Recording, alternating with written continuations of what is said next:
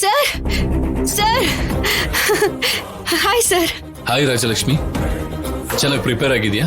ಓ ನೋಡ್ತಾ ಇರಿ sir, first rank ನಾನೇ ಬರ್ತೀನಿ. ಗುಡ್. ಟೆನ್ಷನ್ ಮಾಡ್ಕೊಳ್ದೆ, ಹ್ಯಾಪಿಯಾಗಿ ಎಕ್ಸಾಮ್ ಬರಿ.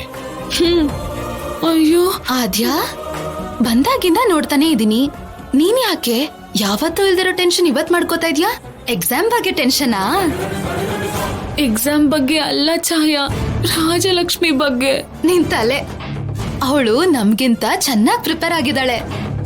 ಅವಳು ಈಸಿಯಾಗಿ ಪಾಸ್ ಆಗ್ಬಿಡ್ತಾಳೆ. ಅವಳ ಬಗ್ಗೆ ನೀನೇನ್ ಟೆನ್ಷನ್ ಮಾಡ್ಕೋಬೇಡ. ಅದು ಹಾಗಲ್ಲ ಛಾಯಾ, ಪಾಸ್ ಆದ್ರೆ ಕೋಚ್ ಸರ್ ಲವ್ ಮಾಡ್ತಾರೆ ಅಂತ ಹೇಳಿದೀನಿ. ಅದು ಸುಳ್ಳು. ಏನು ಸುಳ್ಳು ಹೇಳ್ದ್ಯಾ?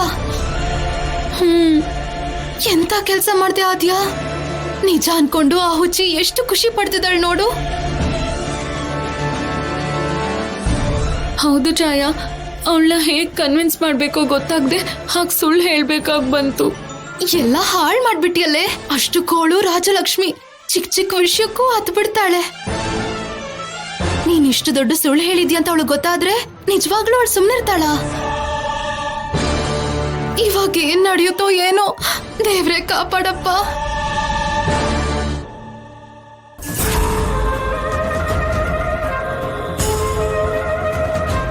ನೀನು ಫಸ್ಟ್ ರ್ಯಾಂಕ್ ಬಂದ್ರೆ ನಾ ತುಂಬಾ ಖುಷಿ ಪಡ್ತೀನಿ ರಾಜಲಕ್ಷ್ಮಿ. ಆಗ್ಲೇ ಅಲ್ವಾ ಸರ್, ನಾವ್ ಅನ್ಕೊಂಡಿರೋದನ್ನ ನಾವ್ ಮಾಡಕ್ ಆಗದು. ಏನಿವತ್ತು ತುಂಬಾ ಚೇಂಜ್ ಆಗಿ ಮಾತಾಡ್ತಾ ಇದ್ದಾಳೆ.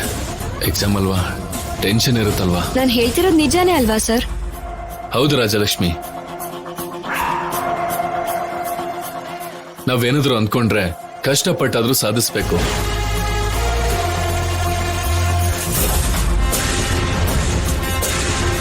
ಇವನೇನು ರಾಜಲಕ್ಷ್ಮಿ ಹತ್ರ ಮಾತಾಡ್ತಾ ಇದ್ದಾನೆ? All the best Rajalakshmi.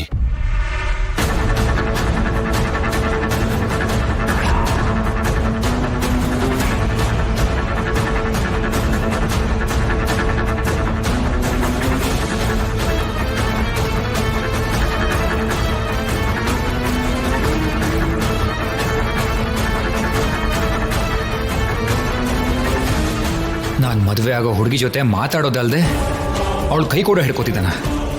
ಎಷ್ಟು ಧೈರ್ಯ ಇವನ್ಗೆ! ಇವನ್ ವಿಷಯ ಈಗ ಬೇಡ, ಆಮೇಲೆ ನೋಡ್ಕೋತೀನಿ. ಸರಿ ಸರಿ, ನಾನ್ ಪಾಸ್ ಆಗಿ ನನ್ ಮಾತನ್ನ ಉಳಿಸ್ಕೋತೀನಿ. ಅದಾದ್ಮೇಲೆ ನೀವು ಕೂಡ ನೀವ್ ಕೊಟ್ಟಿರೋ ಮಾತನ್ನ ಉಳಿಸ್ಕೋತೀರಾ ಅಲ್ವಾ?